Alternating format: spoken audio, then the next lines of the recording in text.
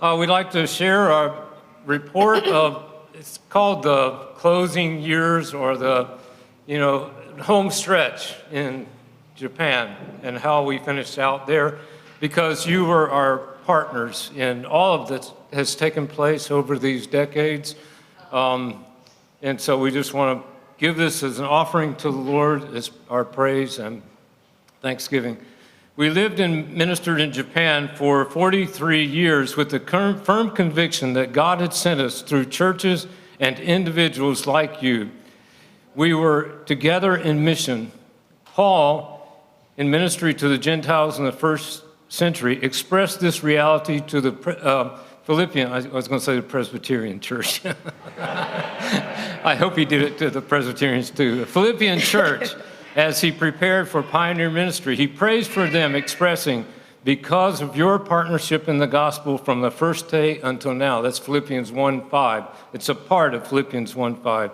And that's what we feel, and we know that God has used the prayers and support of our folks here at home to keep us on the field. And this ministry has been a partnership in the gospel. Our last term in Japan as Send International Missionaries began on March 21st, 2018. And this is the story of our ministry together with you under these themes: colleagues, cancer, COVID, and closure. Our first theme is colleagues or co-workers. And at the beginning of the term in 2018, when we got to the field, we were praying for a home, a place to live in our next 4-year term. And this is the house the Lord provided in a city called Hino. The house is located beside a river, a shallow river, and off in the distance we could see, if you run along the riverbank, and there was a course that I could do some jogging on, you could see Mount Fuji from this river. And it's also famous for a pagoda that was located in the city. A pagoda is like the five, it's a Chinese-style building. By summer, we were settled into the house, and our office of Send International informed us that new missionaries would be joining us in the fall. We were excited about receiving them on our team. We had 2 members that were already here, one from the Philippines, one from Hong Kong. These 3 were coming from America, and they arrived in September. And this group of 3 new workers joined our team and began their connection to our home church, which was Tachikawa, and in our city. They were able to find housing and move close to us. Laura and I began our ministry routines as soon as we got back to the field in May that year, and we were preparing to receive these. Some of our routines were things like teaching English, also English worship, a once a month meeting, preaching in our home church, and we also served in mission leadership. Also did some nursing home ministry with, we weren't able to preach as such, but we could give a Bible illustration or a talk, simple, short message. And this was the ministry with the team leadership. This is our 8 members of our team with the pastor. The 2 newest members were from Kentucky, Anthony and Katie. The couple in the back are from Iowa, is it? I think they're from Iowa, Moody Bible School graduates, the Logans, and then Sue and the girl from in the left corner there is from the Philippines. So we had a truly multinational team there working together. One of the effective and ongoing ministries of our team is the English worship service, which is every first Sunday in the afternoon. It's really more of a bilingual Bible study, but this monthly service has touched the lives of numbers of unsaved with the gospel, It gave an opportunity for the young people that were out meeting people, college students in our area, and it gave them an opportunity, a place to invite them, and they could practice their English. We also had it translated, though, so that they got those that were attending really understood the message. And it has also been an opportunity for the team members to test and improve their gifting as Bible teachers. And this young woman in the green is the first fruit of the ministry. She was interested in English, she enjoys music, and she started coming. Sue, the girl from Hong Kong, met with her even other times other than English worship service, and she came to the Lord. She was baptized in December of 2021 and continues in discipleship under Sue and the pastor. You may have read of her on our prayer list, Ayumi. She has some emotional challenges as well as some physical challenges, but she's growing in the Lord. Now, the Lord also blessed us with short-term workers that come from Germany. This couple did from Germany. But also, before we left the field, we were able to receive a career missionary from, this young woman is also from Germany. For us personally, we are leaving the field and relocating. It has been wonderful to receive young people as career missionaries, and it's happening in the largest numbers in the past 20 years. Young people are coming to Japan to minister. The Lord is doing something. We don't know what it is right now. It was a privilege to be a part of receiving these young people and helping them to begin orienting their lives or their ministry there. Our desire, and we've let the church leadership know this, that is to start another church plant, possibly in Hino, using these young people. So that's a big prayer request. Our next theme is cancer.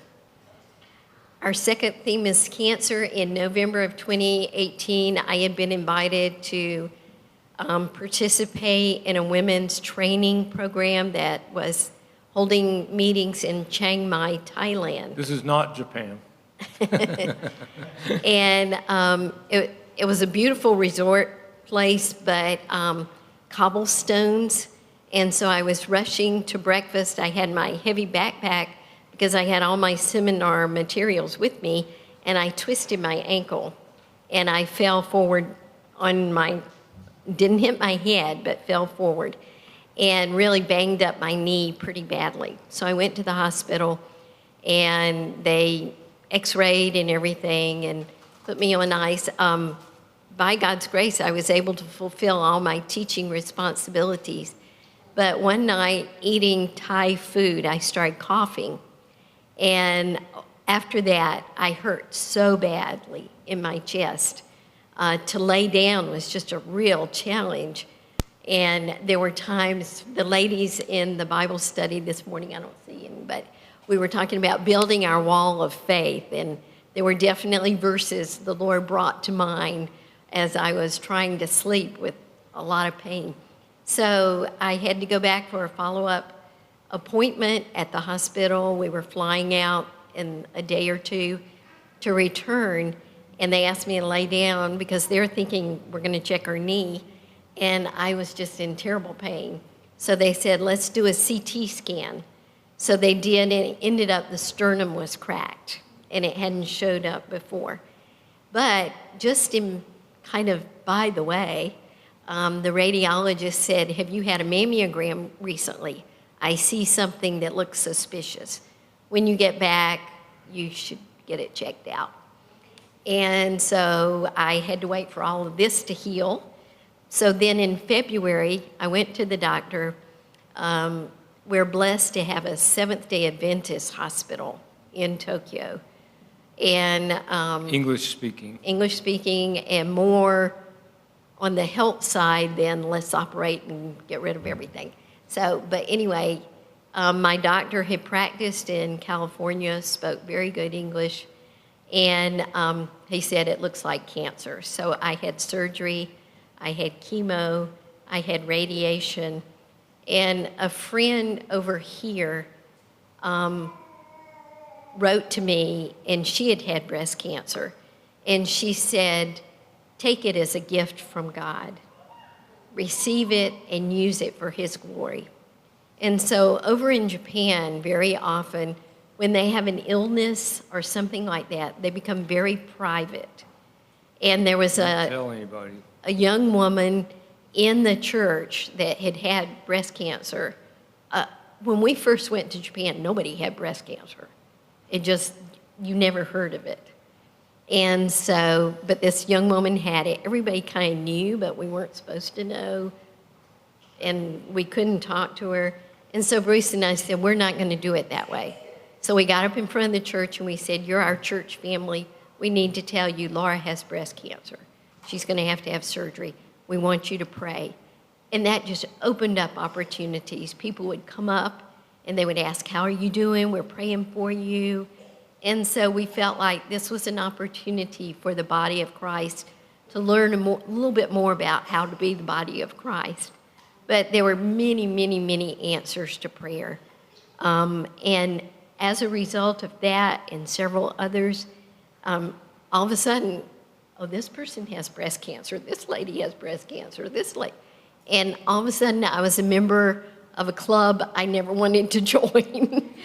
But we just automatically connected. You see somebody wearing hats and you know. But the Lord blessed in providing a wig. That was a long story. I had Japanese ladies come up and say, could you order me one? I love your hair. So, and that's not very typically Japanese. So it was just, the Lord just answered so many prayers. And by God, but there were several that have had some form of cancer. And so we were asked by a group called Cancer Cafe. And we've listed this on prayer requests before. But it's like a support group for survivors and their family members to come. It can't be preaching. It's kind of like the first step to get them even into a church building. And so that ministry has begun and is continuing. And there were some people who are part of the leadership, and one person in particular, didn't want to have anything to do with Christianity. But they came to the meeting that was held in the church. Our pastor's wife plays the organ, and she was playing music. People were friendly, and he was very impressed, and he wanted to come back. So we feel like this is another venue, another way to reach people that are hurting, who have no hope. Well, it's been great, and Laura is 3 years now cancer-free. All the testing after has shown no cancer at this point, so we're very thankful. It would have been great if we could say that was the end of our medical ministry, but you're in the hospital, you meet all the doctors, you meet the patients that come, but I had this, on my birthday in November 2021, I had this spot on my forehead that didn't look like it wanted to heal. So I went to the doctor, and they said, this is a type of squamous cell carcinoma, and we need to take it off. So that required 2 operations, and they did a skin graft on the second operation. And through that, again, we were able to give testimony of the Lord to a group of people that, we may not have wanted to be their friends, but we were, invited to be a part, or we were led to be a part. So, yeah, that was.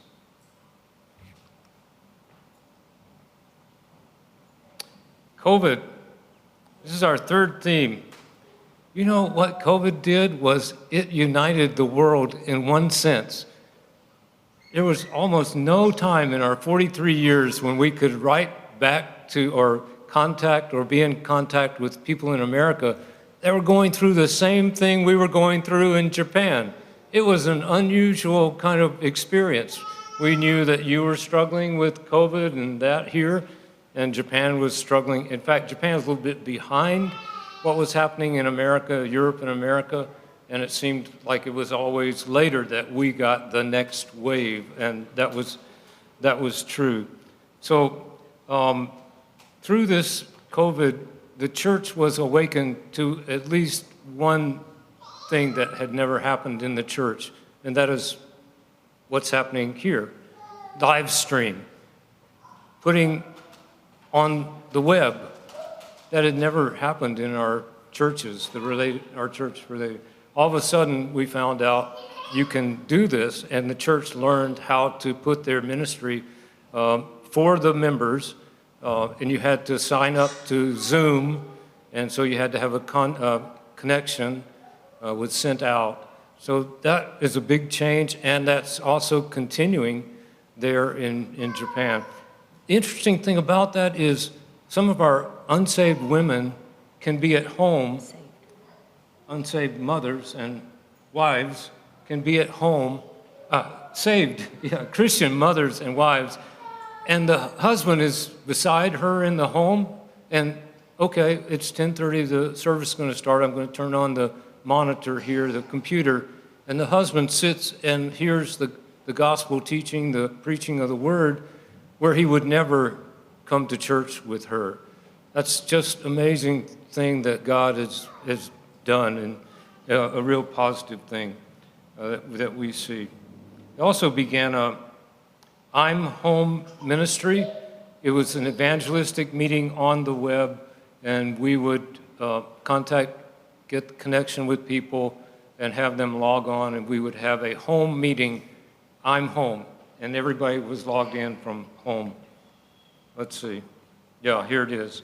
We would be at church, the three of us, and then others would log on, and this is still continuing in the church. Okay. And now our fourth theme, closure. Leaving Japan means taking some time for closure and meeting people with whom we've had special memories. We've had opportunities to meet with many individuals, and we aren't able to post all the pictures, but here are a few. Ogiwara-san, this lady was the first church staff member, the first Christian that we met in Japan. And we served together on staff with Raleigh Reasoner, the missionary that invited us to come to Japan and work with him. And we worked together for 14 years with this lady. And she's a wonderful Christian woman. And right now she's part of a group that ministers in China. Now that's changed a lot because you can't go into China so easily anymore. But in the past, taking Bibles, taking literature into China, that was her ministry. And she continues in that ministry, but very limited. This lady is Mrs. Kasuga, and she was our neighbor for 10 years in the community where our children grew up. And her daughter was almost exactly Lydia's age, and she would go to kindergarten and come back home and teach Lydia everything she learned. So, and her daughter, Junko, went with us to several children's meetings and made some decision but never really followed through. The mother I taught in English as a second language classes, and she's also attended some church things, but she was we just popped in and rang the doorbell and told her who we were, and she came running out and hugged us, and that is not Japanese. Japanese don't hug. But she was very happy to see us, and perhaps her daughter, who's also a nurse, just like our Lydia is, they may come over and visit us here in the States. And this was the farewell meeting for us before we left in July. And the church gathered, and you can also see people online. They were not able to physically come to the meeting, but they logged on, and we had this farewell event. That's about the number of people. The church is about 70 members strong, which is a large church in Tokyo. And also, along with that is this is our pastor at the Tachikawa Church, and his wife, and she does the ministry, Cancer Cafe ministry. And this is the young pastor who just became pastor of the Joel Sui Church, and that's the church plant of the mother church that we worked together with the mother church for 8 years and turned it over to a Japanese pastor. So of the 43 years, if you want statistics, 2 churches and about 100 people from that community worshiping Jesus there in Tachikawa. And you have been a part of that happening, and we praise the Lord. And in the midst of these 4 themes and events, we were very conscious of the Lord's sovereignty, grace, and faithfulness, and the prayers of many. We leave you with these prayer requests. I think these are the ones, as we go around, we'd be an encouragement to those churches that we're reporting to and also individuals. Until December 31st, we are still members of Send International, the mission that we are with. And then at that time, we will no longer be a part of Send, but we will continue ministry, Lord willing. And that's the other request of wisdom for us as we seek the Lord about the next step.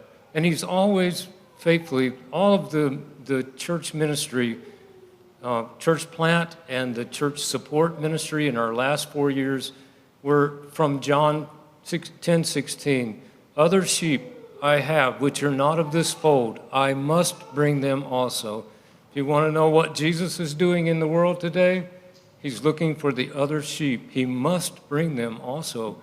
And so we wanted to line, and we still want to line our lives up with what he is doing, and that's our prayer. Lord, lead us to what you are doing, and we'll follow you in that direction. So, thank you again. And as the Japanese would say, domo arigatou gozaimashita. Thank you.